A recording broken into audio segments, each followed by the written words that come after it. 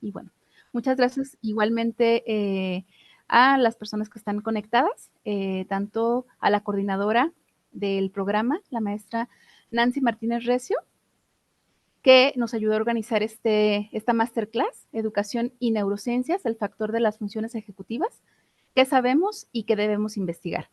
Agradecemos también pues la presencia de todos. Tenemos el gusto de contar con muchas personas no solamente de Jalisco, sino de muchas partes de aquí del país y de otros países también. Agradecemos su presencia, su puntualidad y comenzamos sin ningún contratiempo. Le cedo la palabra a la maestra Nancy Martínez Recio para que presente a nuestro expositor. Muchas gracias. Gracias, Marisol. Muchísimas gracias a todos por su tiempo, por estar aquí acompañándonos en esta sesión, en esta charla. Más que una masterclass, es importante el tema, es muy interesante y es nuestra realidad. Hoy por hoy, el doctor Angelo Pietra Rojas nos va a compartir este conocimiento que él tiene, esta expertise que él tiene para poder ingresar a estudiar un doctorado en educación y también poder aplicarlo, poder identificar en dónde estamos, a dónde vamos y qué necesitamos. Todo esto lo vamos a poder adquirir con el estudio de nuestro posgrado. Entonces me complace aquí presentarles. Voy a leer solo un poco del currículum de nuestro expositor. Él es doctor en educación por parte de la Universidad Marista de Guadalajara. Él cuenta con un máster en neurociencias clínicas y experimentales, un máster en ciencias de la educación por parte de la Universidad Europea de Madrid. Tiene un magíster en desarrollo curricular y proyectos educativos por parte de la Universidad Nacional Andrés Bello. Es licenciado en educación, profesor de historia y geografía por la Universidad Católica Silva Enríquez. Él ha participado como autor de artículos, libros, capítulos de libros, sobre todo en el tema investigación científica de procesos cognitivos, emocionales, del aprendizaje, la salud mental, todo esto en niños y adolescentes. Es ponente, conferencista en foros nacionales e internacionales, docente en el doctorado de educación, en el doctorado en psicología, en la maestría en liderazgo y gestión educativa, estrategias de aprendizaje, director de diversos alumnos que los acompaña desde el inicio hasta la graduación como director de tesis. Y bueno, tiene un perfil amplio que hoy por hoy nos va a apoyar y nos va a dar este panorama tan amplio de su conocimiento. Sin más, doctor Angelo, bienvenido, agradecemos tu tiempo y adelante, este es tu espacio. Muchísimas gracias por la invitación, por la presentación y por sobre todo estar aquí con ustedes, en el fondo, porque más que, o sea, aparte de ser investigación, les voy a hablar de pasión. Cuando estas cosas se transforman en pasión, empiezan a girar en la vida. Y es tremendamente grato estar aquí con ustedes en este momento, en el interés que puedan tener respecto a un doctorado, porque precisamente estamos buscando estudiantes de doctorado que puedan tener investigaciones de calidad, investigaciones de nivel, que sean un aporte al campo del conocimiento. Por lo tanto, en estos 45 minutos en los que voy a hablar después, podemos conversar, pueden preguntar sobre temas que les interese. Quisiera hablar sobre un tema que hoy es muy, está de moda. Todo el mundo lo conversa. Hoy día la nueva escuela mexicana lo integra. En mi país de Chile también se encuentran algunos aspectos integrados, que es educación y neurociencias. Y desde la estructura de las funciones ejecutivas. ¿Qué sabemos hasta el día de hoy y qué debemos investigar?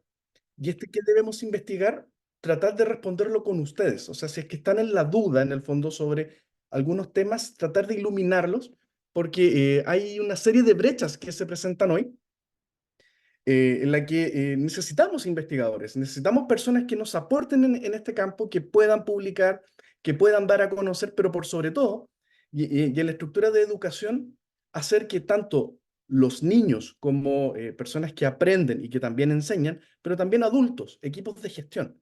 Ahí también se está abriendo una brecha. En esta lógica, esta sesión va a estar dividida en tres partes, que son bastante simples. Vamos a hablar un poco de educación y neurociencias, clarificar algunos puntos, porque sucede que cuando uno quiere entrar a estudiar esto, a veces entramos a estudiar un tema en neurociencias a secas y nos encontramos con neurobiología. Entonces vamos a responder esto. Vamos a ver qué sabemos y qué debemos investigar.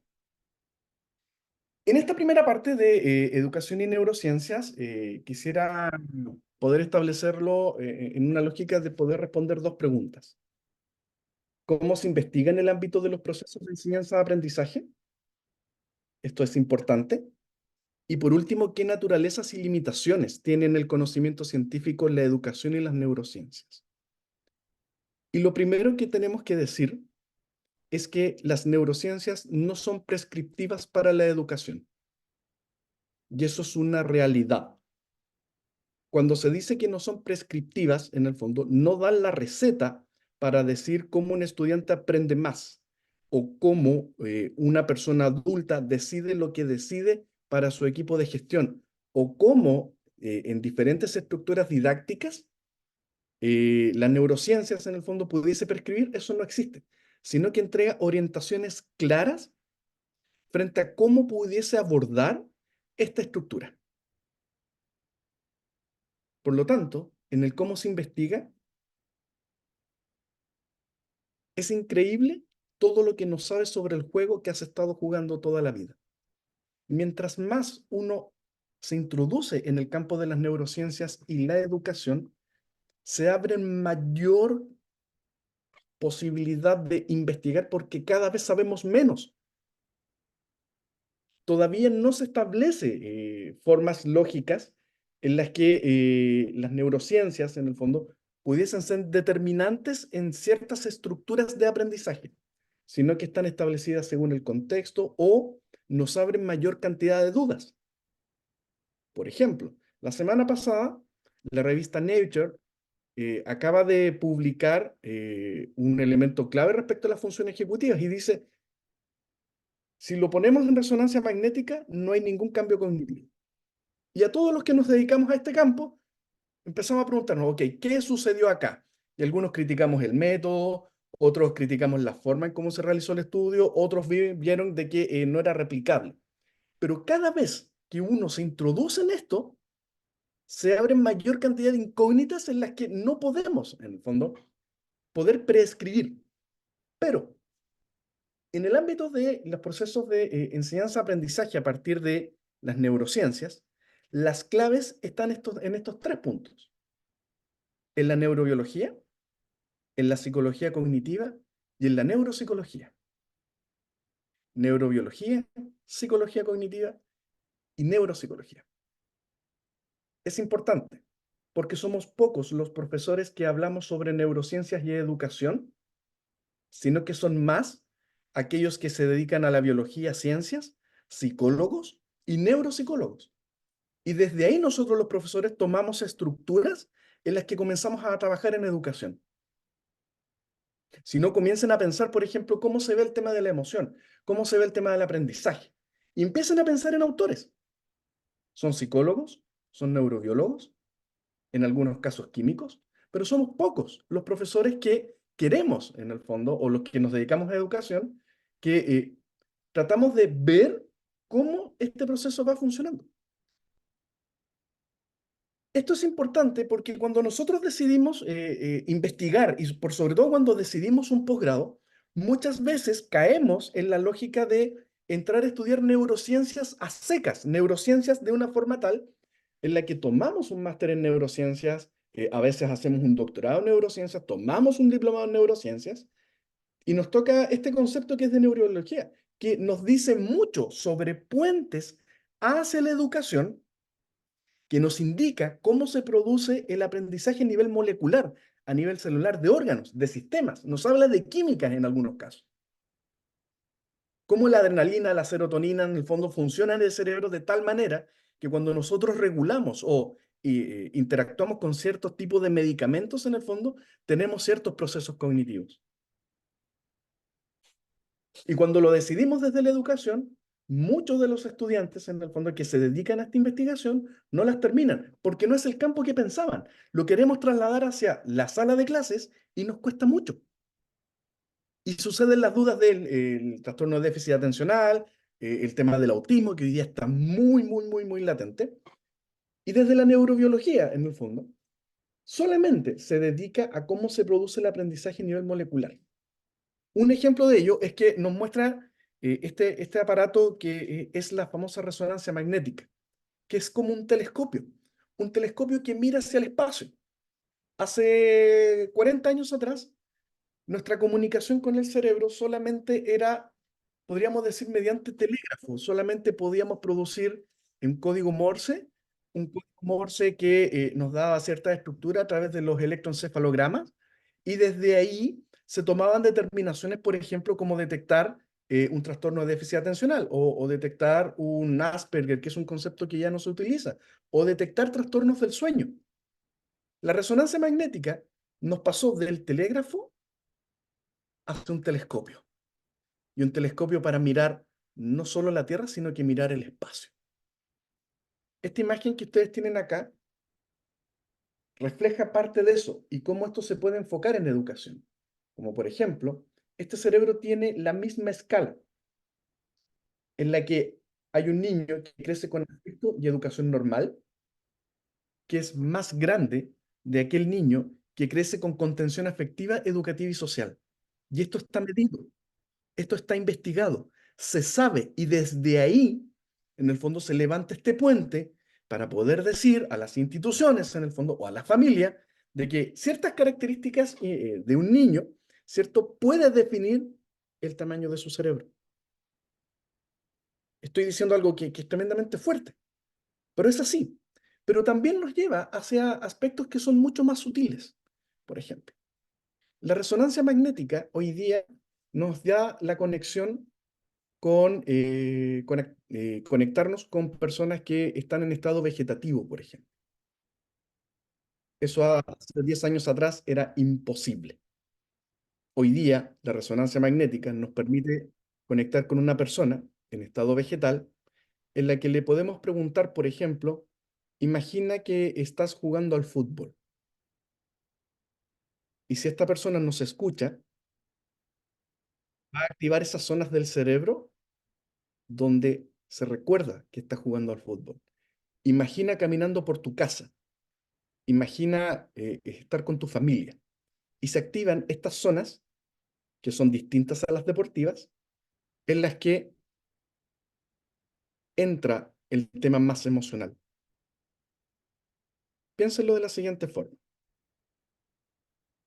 ¿Quieres comer? ¿Tienes hambre? Piensa que estás jugando fútbol. Si no quieres comer, piensa que estás caminando por tu casa. Y esta resonancia magnética nos mostró por primera vez poder conectarnos con un cerebro de una persona que está en estado vegetativo. Esto está rompiendo todos los paradigmas de investigación en este momento. Piensa en las consecuencias que tiene, tanto a nivel ético como a nivel personal de aquellas familias que tienen a una persona en estado vegetativo. Imaginen esto en el campo de la educación. Cómo activar ciertas zonas del cerebro para que los niños, ¿cierto?, que puedan tener privación de ciertos espacios, puedan pensar que lo estructuren de esa forma. Eso la neurobiología nos entrega. No nos dice cómo hacerlo didácticamente. No nos dice cómo un profesor interactúa, pero nos entrega un primer puente. La psicología cognitiva es la que más profundamente se ha metido en esto.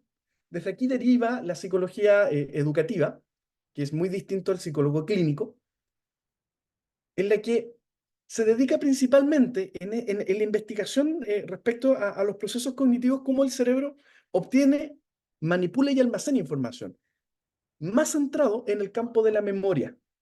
más centrado en el campo de la memoria.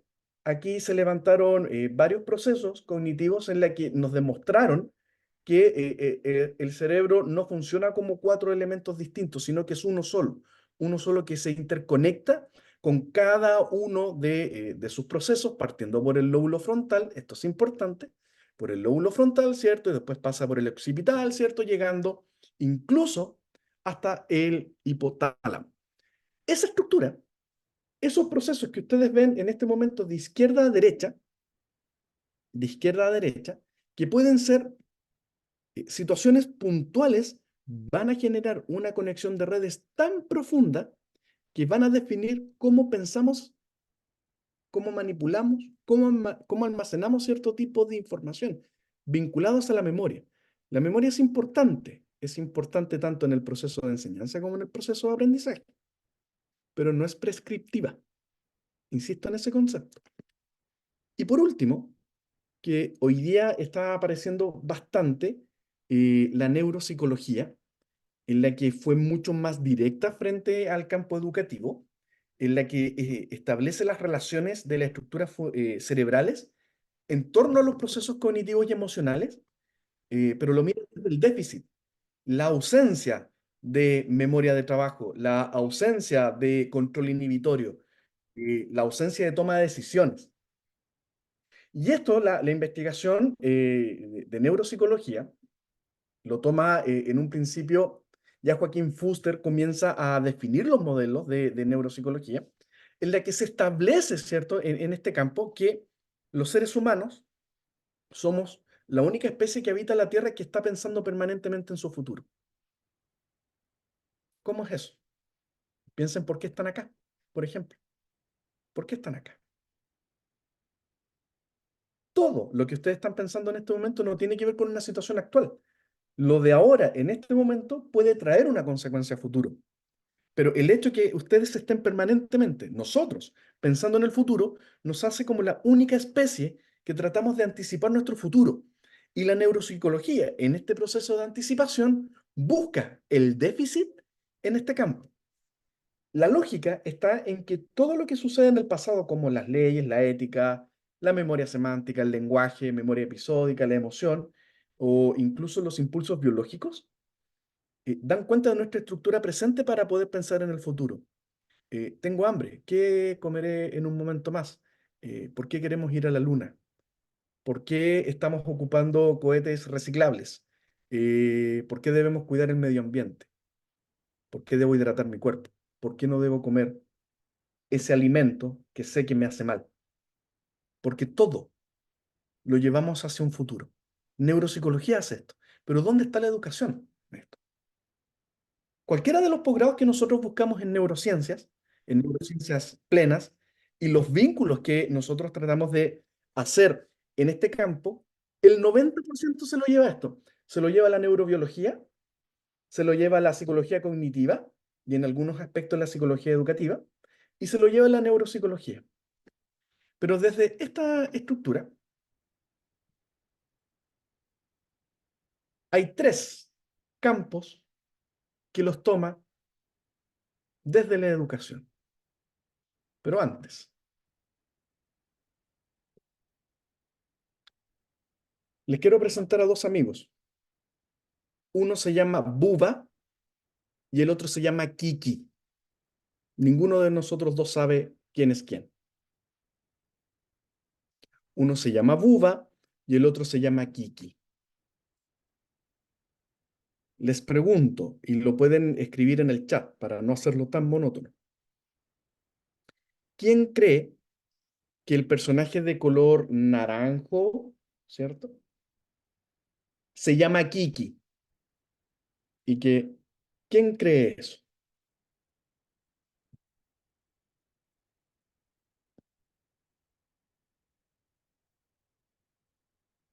¿Hay alguien que cree que el personaje naranjo se llama Buba?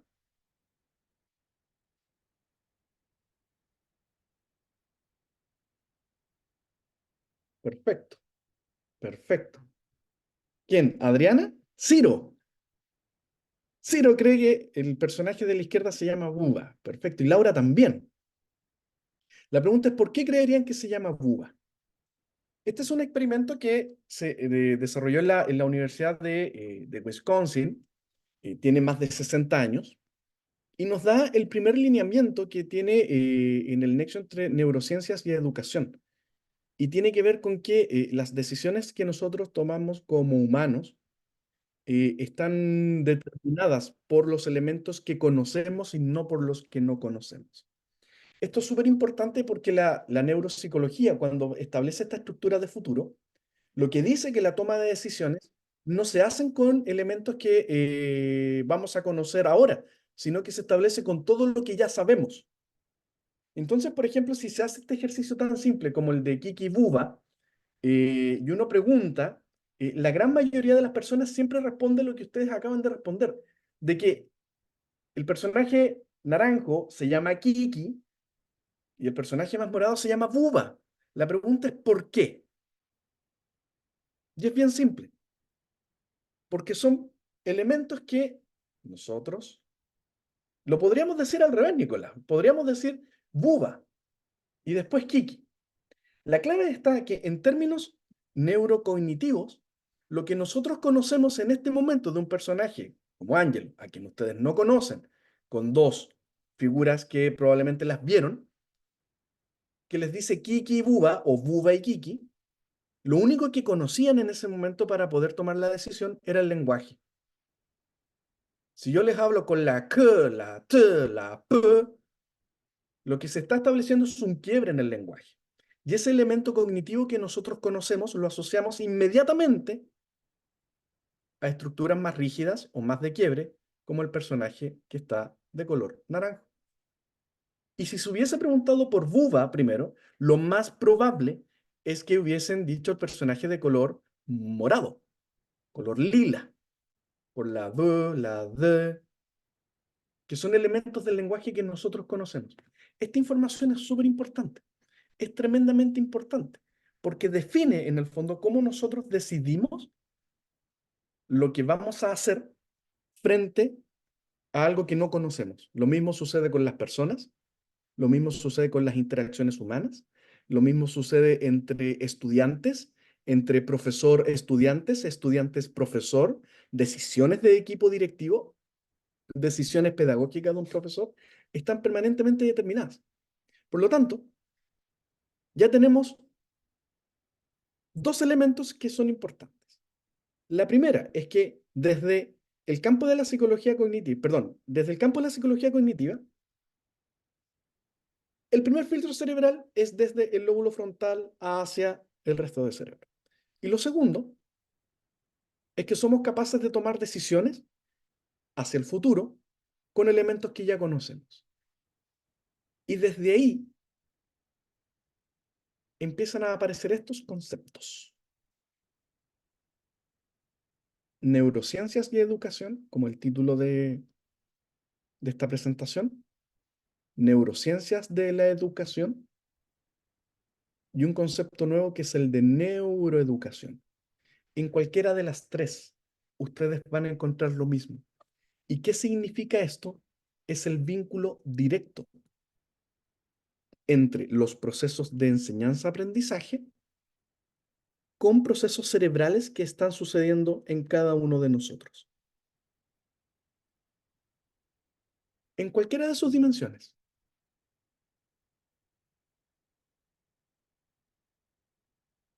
Es interesante, porque si nosotros tomamos, en el fondo, o nos dedicamos a estudiar neurociencias a secas, lo primero que vamos a ver es neurobiología. Y los que no somos profesores de biología, nos va a costar. Y el segundo materia es química.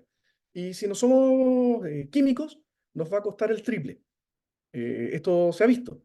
Y sucede de que aquellos que buscamos un doctorado en educación, en el fondo, que queremos ver interacciones, queremos ver comunicación, queremos ver familia, queremos ver emoción, socioemocionalidad, qué está pasando con la autorregulación en nuestros estudiantes, no respondemos la estructura que nosotros queremos. Y desde aquí está el vínculo. Neurociencia de educación, neurociencias de la educación y neuroeducación es la síntesis de psicología cognitiva, neuropsicología y la neurobiología.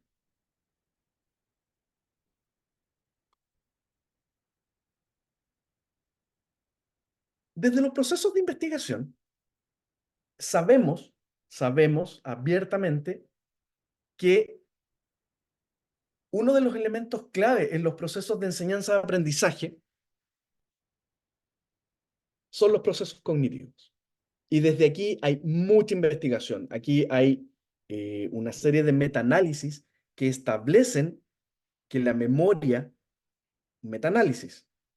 Para los que no saben lo que es un metaanálisis, lo que se dedica a hacer un metaanálisis es bajo ciertos criterios, normalmente un criterio Prisma que tiene que ver con el tema de revisión entre pares, tiene que ser un método replicable, que la población debe ser controlada, tiene que tener un grupo experimental, otro no. En el fondo es muy rigurosa científicamente. Lo que se dedica es buscar investigaciones en torno a un tema y desde ahí poder establecer conclusiones para que los investigadores, en el fondo, no nos quedemos en buscar 300 papers, sino que ya es alguien o un grupo de investigadores que ya lo hizo y empieza a establecer conclusiones para poder elevar este campo del conocimiento. Y desde el proceso cognitivo y específicamente de la memoria, este es un relato que lo ocupa Facundo Manes, lo ocupa mucho, y que se establece como primera conclusión respecto a los procesos de memoria, que dice, que utiliza la frase de Gabriel García Márquez, que es: la vida no es la que vivimos, sino cómo recordamos para contarla. El proceso cognitivo de la memoria no es el hecho que fue, sino que es el último recuerdo. Y este es el primer puente. La memoria es altamente emocional. Para los procesos de enseñanza y aprendizaje sucede lo mismo. Cuando queremos que un estudiante aprenda de memoria, lo que estamos preguntando directamente es la emoción que tuvo en ese momento. Si yo les preguntase, por ejemplo, cuando se enamoraron por primera vez, ustedes pudiesen relatar cualquier experiencia, buena, más o menos, o mala, pero van a relatar cualquier cosa menos el hecho que fue, sino que es el último recuerdo. Y ese último recuerdo, que es altamente emocional, porque inmiscuimos nuestras sensaciones actuales, van a guardar en este proceso cognitivo y van a quedar en nuestra memoria a largo plazo. Es importante esto, porque en los procesos cognitivos de la memoria, nosotros podemos ver investigaciones desde 5 campos. Desde los componentes de la memoria, en la que se establece la memoria de largo plazo, la memoria de corto plazo, desde la memoria de largo plazo, ¿cierto? Vemos cómo está la memoria explícita, la memoria procedimental, la memoria semántica, en algunos casos el lenguaje, desde la memoria a corto plazo, la memoria de trabajo, y se empiezan a definir distintos componentes, ¿cierto?, que se transforman en un campo de investigación. Desde la organización de la memoria. ¿Qué sucede cuando pasa de la memoria a largo plazo a la de corto plazo? Desde los procesos. ¿Qué sucede en la memoria semántica, por ejemplo, para el aprendizaje de las matemáticas? O la transferencia. Cuando un profesor está enseñando conceptos claves, ¿qué sucede en el proceso memorístico de un niño? ¿Cuántas veces, cuántos conceptos es capaz de recordar, por ejemplo? El número 5. O desde lo que hoy día aparece abiertamente, y hay algunos estudiantes del doctorado que lo están trabajando, la lógica del aprendizaje profundo, en la interacción entre profesor-estudiante, en la memoria, para poder definir lo que se denomina este aprendizaje profundo, que es el concepto que se maneja en Finlandia. La memoria no es la que vivimos, sino cómo la recordamos para contarla. El otro campo son los factores socioemocionales, y esto es necesario, es tremendamente necesario. El COVID nos dejó una lección. Vuelvo a metaanálisis, estos son procesos más de psicología. Los metaanálisis hoy día, respecto a los factores emocionales, detectaron que desde el campo, vamos a decir, biológico, que COVID trae secuelas a nivel neuronal, específicamente en las neuronas que se encuentran en la segunda y tercera capa alojadas en el lóbulo frontal, que interfieren directamente en los procesos de autorregulación. Los procesos de autorregulación, en el fondo, es poder controlar un tipo de comportamiento frente a ciertos tipos de situaciones. Y yo les podría preguntar, para los que trabajan en colegio o los que trabajan o en los mismos lugares de nuestros puestos laborales, ¿cómo está la emoción de las personas? Todas están alteradas. Esto se acentúa en aquellos que tuvimos COVID. Y hoy día en el fondo se transforma en un campo de investigación. Pero respecto a lo que se está estableciendo hoy día en esta estructura emocional, es que los factores socioemocionales, en el entendido de que una emoción, ¿cierto?, es una manifestación fisiológica de un sentimiento, de un proceso que uno piensa y lo manifiesta fisiológicamente, y la socioemocionalidad es como esta la externalizo hacia un otro, un yo con otros, se puede resumir en lo que acabamos de decir recién. La frase de José de Saramago, que la utiliza mucho Mariano Sigman, que se dedica a este factor de la emoción, sobre todo. No tomamos decisiones, sino que son las decisiones las que nos toman a nosotros. O sea, nosotros no somos aquellos que estamos permanentemente decidiendo, sino que la consecuencia de esa decisión es la que va a estructurar nuestro factor emocional, lo que va a estructurar nuestra motivación, creencias o la dimensión social. Un campo de investigación que hoy día se está abriendo es respecto a cómo los equipos directivos de las diversas instituciones deciden lo que deciden. ¿Por qué se decide eso? A algunos les gusta, a otros no les gusta, tiene impacto directo en el aprendizaje de los estudiantes, no lo tiene. ¿Por qué las escuelas tienen buenos resultados? Aquí hay doctor César Rodríguez, por ejemplo, en conjunto con un equipo, investigaron cuáles eran los factores de una escuela exitosa en México. Y el factor de éxito estaba vinculado a temas de resultados, de retención, de matrícula, de ambiente laboral, y llegaron a una conclusión. Y tenía que ver con el factor socioemocional de sus directivos. No era organización, no era infraestructura, no eran recursos económicos, sino que tenía que ver en cómo un directivo de una institución X era capaz de trabajar este tipo de socioemocionalidad tanto consigo mismo como con su equipo, como con las personas a las cuales está gestionando. Y ese tipo de decisiones toma este equipo directivo y lo transforma en un equipo de alto desempeño o de escuela exitosa. Este campo está investigado. Este campo en educación ya se establecen ciertas condiciones, como por ejemplo, cómo las decisiones permean en las estructuras. Es importante verlo también desde los estudiantes. ¿Qué pasa con la emoción de los estudiantes? Apareció hoy día la película Intensamente 2, por ejemplo, y no sé si en México la estrenaron recién o ya lleva un tiempo, al menos en mi país, la estrenaron hace poco y aparece en todos los noticiarios, permanentemente, y le preguntan a los niños, les preguntan a los adultos, ¿por qué es un tema que hoy día está allí? El tercer campo, la autorregulación. La autorregulación. Y autorregulación en niños, pero también desde la autorregulación en adultos.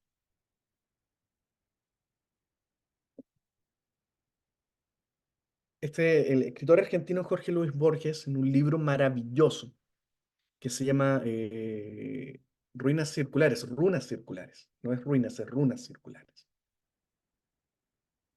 Él se mete en este campo de la autorregulación, en la que escribe un cuento de Funes el Memorioso, que Funes era un campesino que lo recordaba todo.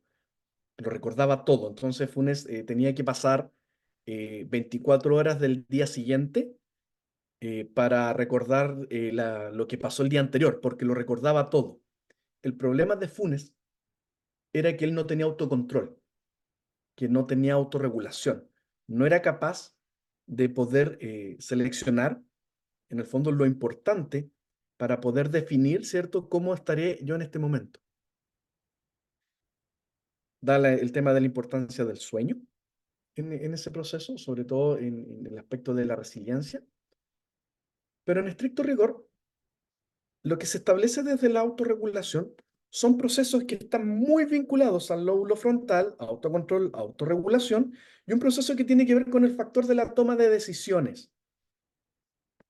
desde la neuropsicología, que tiene que ver con la resiliencia, con esta capacidad que tiene el ser humano, ¿cierto?, para anteponerse ante sus problemas y salir fortalecidos de ellos. Esos son decisiones. Decisiones que a veces requieren ayuda, decisiones que a veces suceden por uno mismo, pero son decisiones.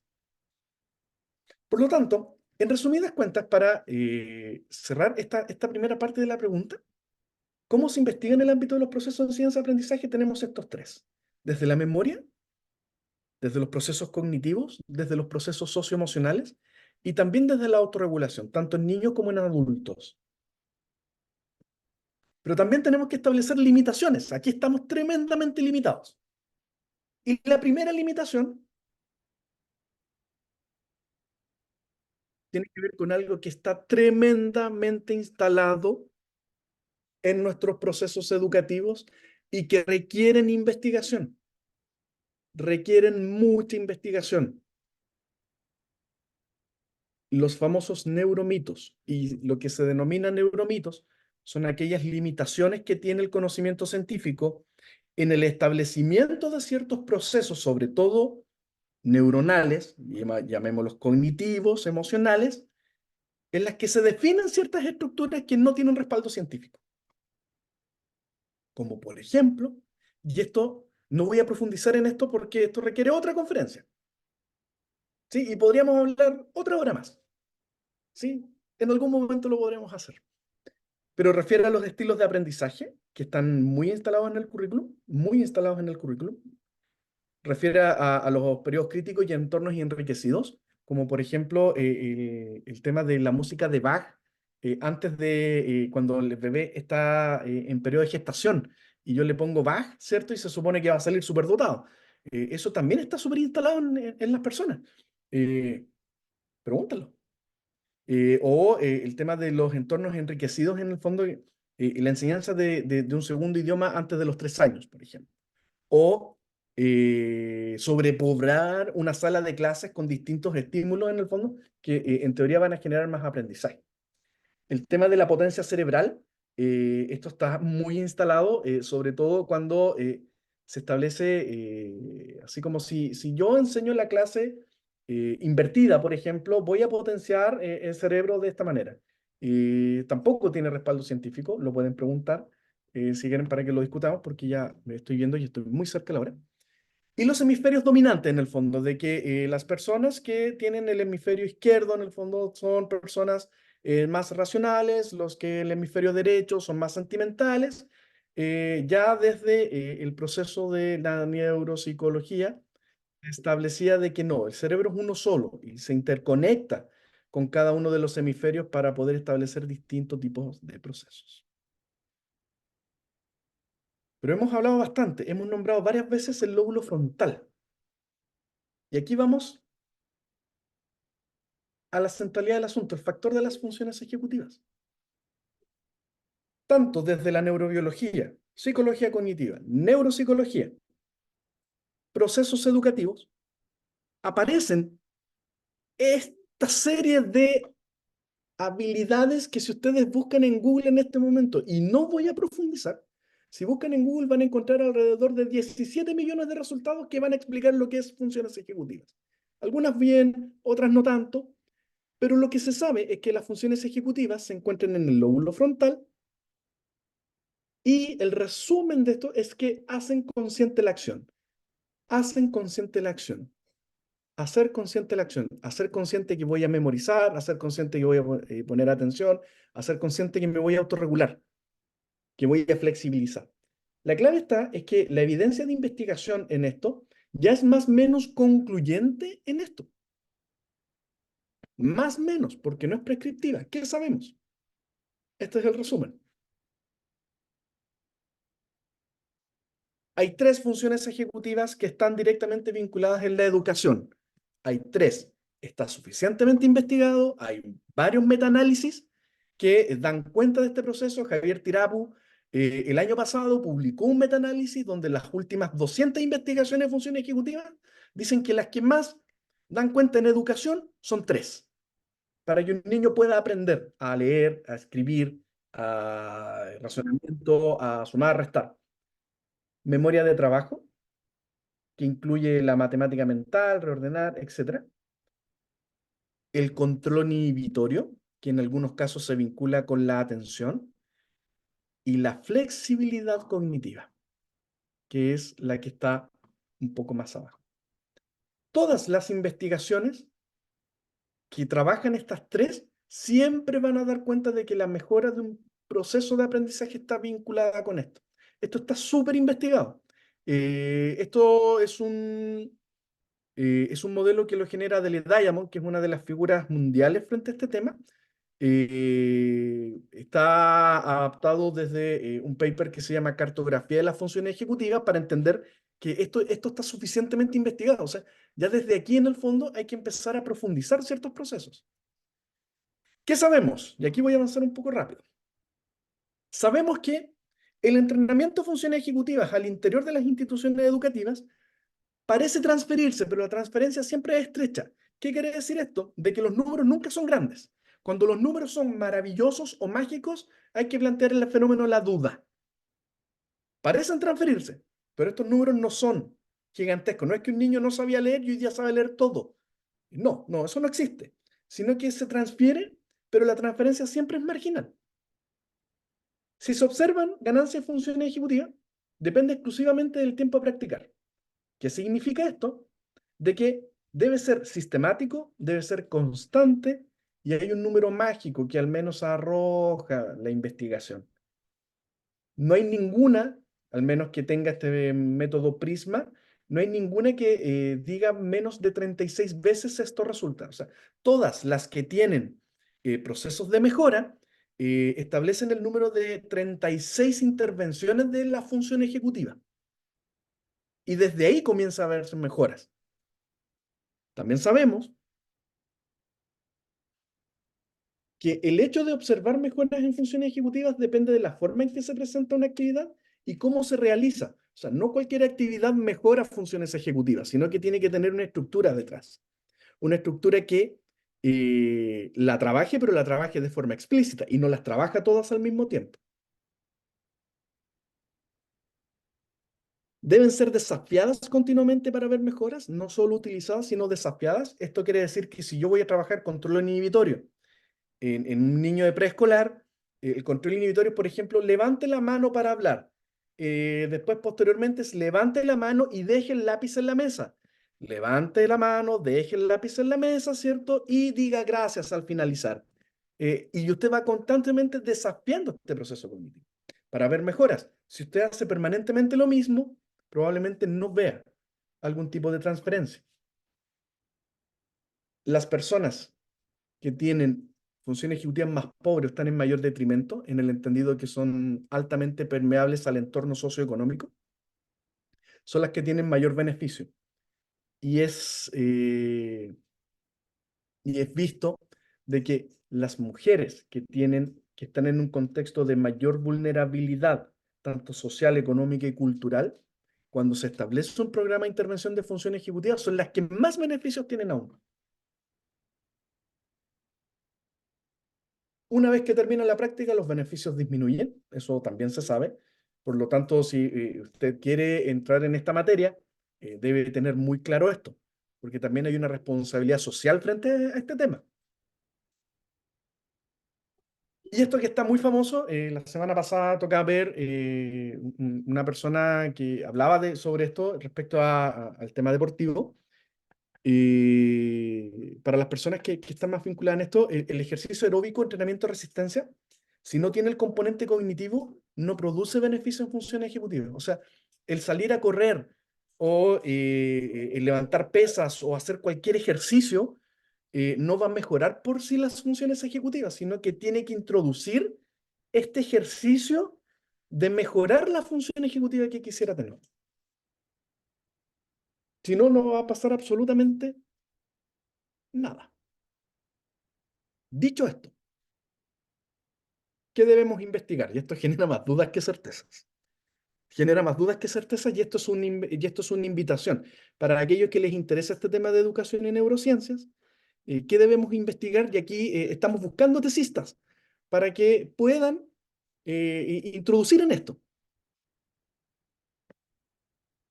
Para intervenir funciones ejecutivas, o sea, lo que queremos ver es tanto en niños como en adultos, en instituciones educativas, independientes del grado en que se ejecute este proceso de enseñanza-aprendizaje, buscar programas o intervenciones que busquen la mejora de estas funciones ejecutivas, en cualquiera de sus dimensiones. Sabemos que hay varios programas, aumento de la alegría, algunos que mejoran aptitudes físicas, para los colegios o para los sectores que son más vulnerables, el tema cómo apoyamos el tema de la pertenencia social, apoyo, o desde ámbitos más autorregulatorios, ¿cierto? El tema de la generación de orgullo.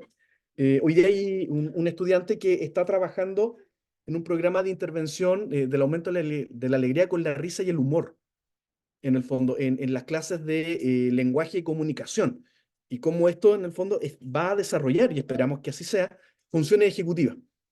Cualquier programa de intervención al menos podría tocar algo de esto, pero estamos buscando personas que puedan intervenir esto, y desde aquí los vamos a acompañar para que podamos establecer y podamos levantar mayor evidencia de funciones ejecutivas que puedan,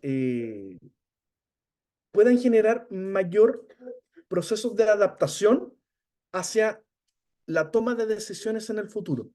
Desde aquí con dos tipos de resultados, ¿cierto? Ya sea desde mejora de resultados académicos o éxito escolar, que es parte de la definición de funciones ejecutivas, o hoy es lo que está apareciendo muy en boga, que tiene que ver con la detección del autismo o los trastornos de déficit atencional, o sobre todo para la población escolar el tema de las adicciones o desórdenes de conducta. O sea, en el fondo poder averiguar qué sucede con los programas y cómo esto se pudiese mejorar.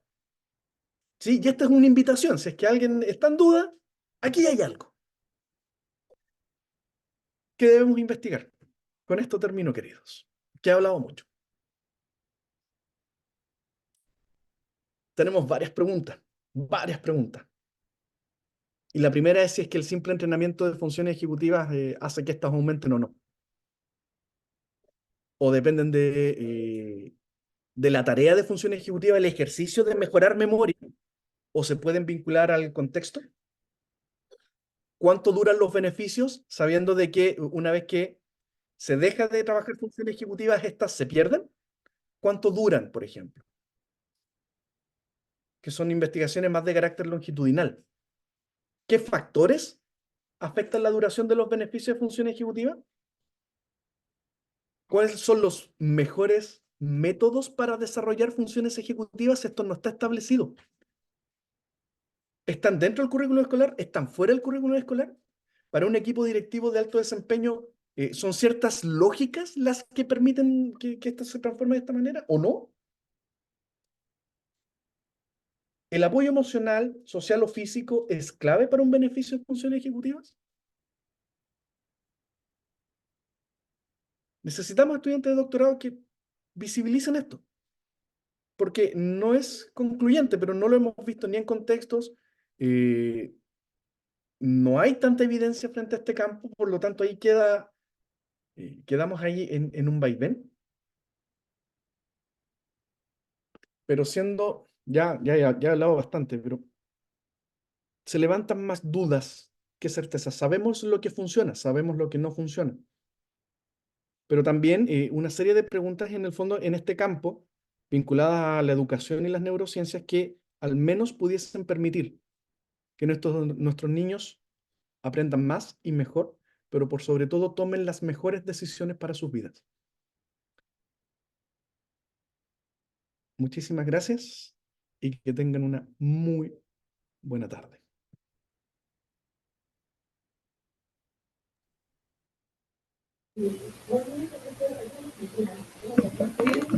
Muchas gracias, doctor Ángelo. Y no sé si alguien de nuestro público tiene alguna pregunta en específico.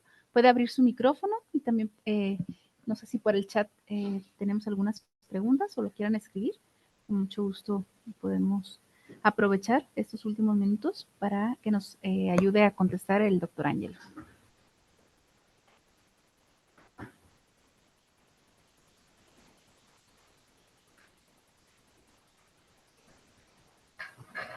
Pueden abrir su micrófono si quieren hacer su pregunta.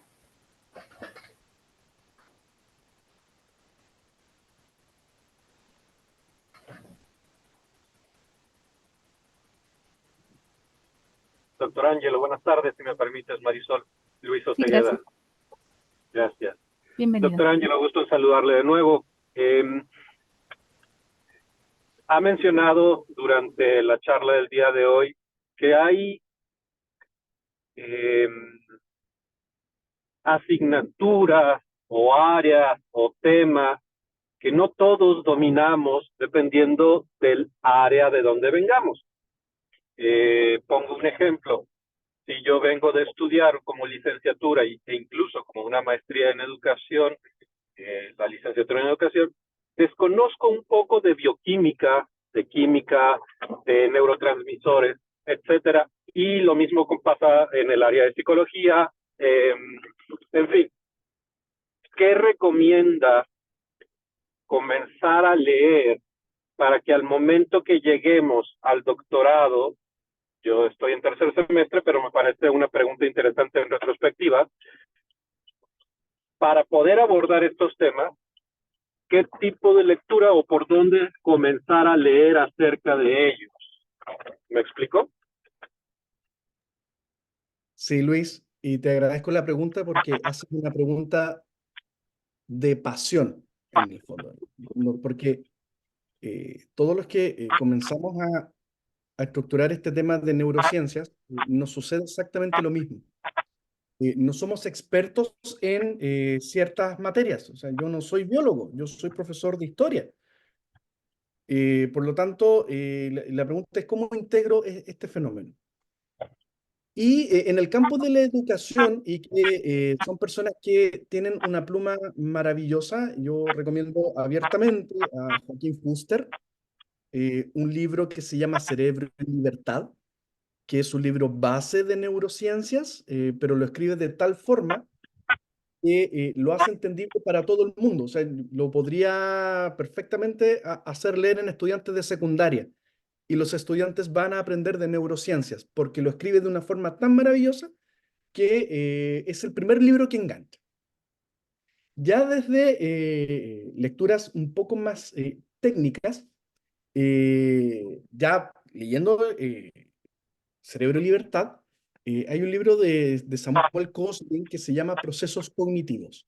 Y lo que hace que es tomar la neurobiología, la neuropsicología, la psicología cognitiva y comienza a vincularlos, pero ya desde una estructura más técnica. Pero uno ya teniendo el conocimiento de Joaquín Fuster, Cosling, que es un texto que es mucho más técnico, va a permitir en el fondo poder anclar. Y desde allí son textos bases. Ahora bien, y ha pasado, estudiantes que toman este campo de neurociencias y educación, no sé si estará por ahí, pero no voy a decir nombre por si acaso, pero un estudiante que él estaba en este tema de neurociencias y educación y él quería, en el fondo, poder vincular y me decía, profesor, no sé nada. Él ya terminó su segundo año y en la estructura de acompañamiento, en el fondo, se dieron lecturas claves para que él, mientras leía sus procesos de investigación en cada uno de sus capítulos, ¿cierto? Más las técnicas de investigación que entrega la universidad, él hoy día está a nivel. Y en el último coloquio que nosotros tuvimos, que es la persona que está trabajando el tema de funciones ejecutivas humor en el programa de intervención para la comprensión de lectura.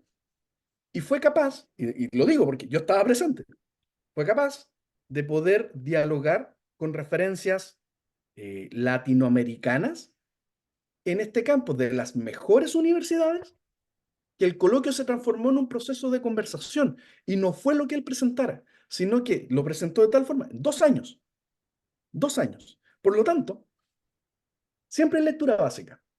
Pero como dicen los mexicanos, y espero no decir una mala palabra, si es que la digo, me corrigen, pero los temas tienen que molar en el fondo, o sea, tiene que llevar de tal forma, ¿cierto? Que van a poder hacer la lectura que corresponde en los periodos, o sea, no tener susto en no saber. No tener susto. ¿Sí? O sea, sí, no sé si pude responder tu pregunta, pero hay dos textos que son claves. Primero, y se los recomiendo a todos, Cerebro y Libertad. Es un libro que realmente es fascinante. En esto, así que muy agradecido, Luis. podría dar un tercero, ¿sí? No hay ningún problema.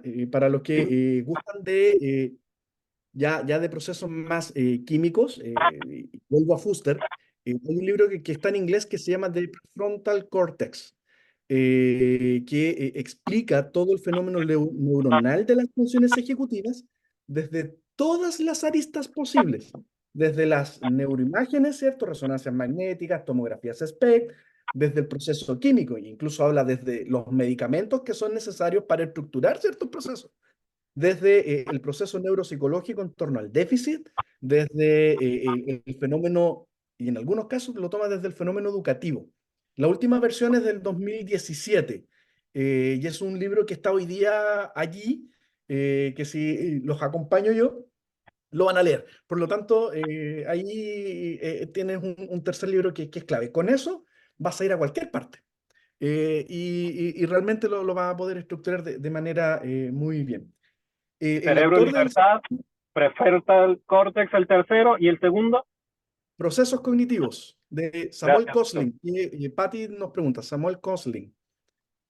Y Julio nos pregunta, para los alumnos con cierto espectro de autismo, ¿cuáles serían los primeros pasos para desarrollar habilidades de neurociencia y el aprendizaje? Me haces una pregunta muy técnica. Me haces una pregunta muy técnica, porque uno en el fondo, el trastorno espectro autista no es malo, en el fondo, o no trae dificultad, excepto cuando hay una desregulación. Y se dice abiertamente, o sea, hoy día hay un estudiante del doctorado en psicología que está trabajando en un instrumento para la detección temprana del autismo, y él, en el fondo, está llegando a la conclusión, y el maravilloso, el tipo es un genio, está llegando a la conclusión, en el fondo, de que el autismo siempre existió. El problema es que nunca lo habíamos detectado. Las prevalencias que hoy día vemos siempre existieron. El tema es que antes no éramos capaces de detectarlas. Probablemente todos tuvimos nuestro compañero que era más callado o que no era capaz de adaptarse a ciertas situaciones o que definitivamente tenía poca interacción social, o de un autismo que es mucho más leve en el fondo, que provocaba la ansiedad de presentar a público, o personas que tremendamente genias en ciertas materias, ¿cierto? Y funcionaban bastante bien. Eh, Respecto al tema de habilidad de neurociencias y aprendizaje, está ampliamente recomendado de que un estudiante con espectro autista de los niveles 1 y 2, que son los más leves según DSM-5, se puedan trabajar actividades de autorregulación. En el fondo, o sea, poder saber abiertamente, y esto es una estructura didáctica, desde los profesores, en el fondo, cuáles son las cosas que le molestan. Y va a ser capaz de decirlo. Nosotros, sabiendo cuáles son las cosas que molestan, vamos a poder diseñar actividades en las que van a poder impedir, porque el desarrollo neuronal de una persona con espectro autista se dice desarrollo de campo corto, o sea, sus procesos no están, no pasan del lóbulo frontal y pasan a 240 kilómetros por hora hacia el occipital. No, son de campo corto, quedan en el lóbulo frontal y posteriormente van hacia el occipital si es que llega a establecer la conexión. Por eso los problemas son normalmente de personalidad y no de inteligencia. ¿Sí? Y en ese tema, y en esa estructura, ¿cierto? Insisto, o sea, lo primero que se trabaja tiene que ver con los fenómenos de autorregulación. Ese es un primer paso, pero es saber.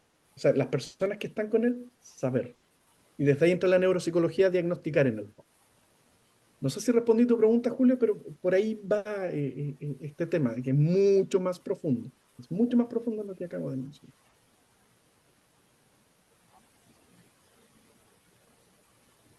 Una última pregunta, ya que estamos en la hora, para no quitarles más tiempo del que ustedes han destinado. Si es que gusta. Hola, buenas tardes. Buenas tardes, Ciro. Muchas Hola. gracias, doctor Pietro. Este, Ángelo, perdón. Eh, Sí, yo tengo un problema aquí con la memoria, es decir, la experiencia con los estudiantes. me indica que la agenda mental, digamos, para poder hacer posteriormente un razonamiento, teniendo la herramienta del Internet, de la tecnología actual, no sé qué tanto se ha ido degradando o qué tanto se puede reforzar esta parte de la memoria, porque es un tema que usted mencionó acerca de todo el entrenamiento, ¿no? Memorístico para poder desarrollar esta capacidad. Yo noto que esto ha ido disminuyendo y que a los estudiantes quizás les cuesta más trabajo tener una agenda mental para recurrir rápidamente a algún dato, no lo sé, y aplicarlo, ¿no? En cierta metodología o en cierto razonamiento. ¿Qué podemos hacer para que esta agenda mental se mantenga vigente a como quizás nuestros tiempos un poco, no sé, y enfocarla en el razonamiento? Esa sería mi pregunta. Muchas gracias por su ponencia. No, a ti, y te agradezco la pregunta, Ciro, porque es una buena pregunta. Y te la quiero dejar como también, o sea, voy a responder, pero te la voy a dejar como pregunta de investigación, porque se requieren intervenciones en este campo. Y por el siguiente motivo. No se sabe si la tecnología es buena o mala para los procesos cognitivos. Algunos dicen que sí y otros dicen que no. Y desde ahí está esa discusión que no es concluyente, por lo tanto, no nos podemos acercar. Lo que sí sabemos desde la estructura de funciones ejecutivas y específicamente de la memoria de trabajo es que el cerebro humano es capaz de trabajar con una memoria de trabajo en torno a 5 conceptos. O sea, somos capaces nosotros de poder realizar memoria con 5 elementos. Eso sí es más concluyente.